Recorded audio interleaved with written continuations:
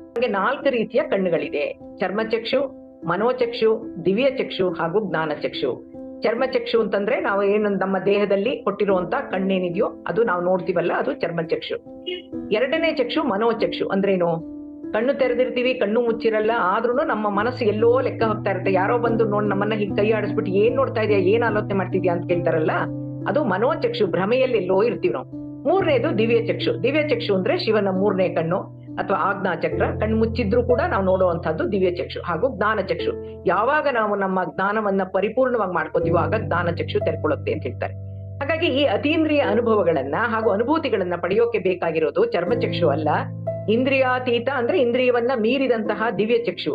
ನಾವು ಇರ್ಬೇಕಾಗಿರುವಂತಹ ಸ್ಥಿತಿ ಯಾವುದು? ಮಾನಸಿಕ ಪ್ರಶಾಂತ ಸ್ಥಿತಿಲಿ ಇರ್ಬೇಕು, ಆಲೋಚನೆಗಳು ಇಲ್ಲದೆ ಇರುವಂತ ಸ್ಥಿತಿಲಿ ಇರ್ಬೇಕು, ಹಾಗೂ ಅತಿ ಶಕ್ತಿಶಾಲಿ ಸುಪ್ತ ಮನಸ್ಸಿನ ಸ್ಥಿತಿ, ಸುಪ್ತ ಪ್ರಜ್ಞಾ ಸ್ಥಿತಿಯಲ್ಲಿ ಇರ್ಬೇಕು. ಹಾಗಾಗಿ ಇದು ಯಾವಾಗ ಸಾಧ್ಯ ಆಗುತ್ತೆ?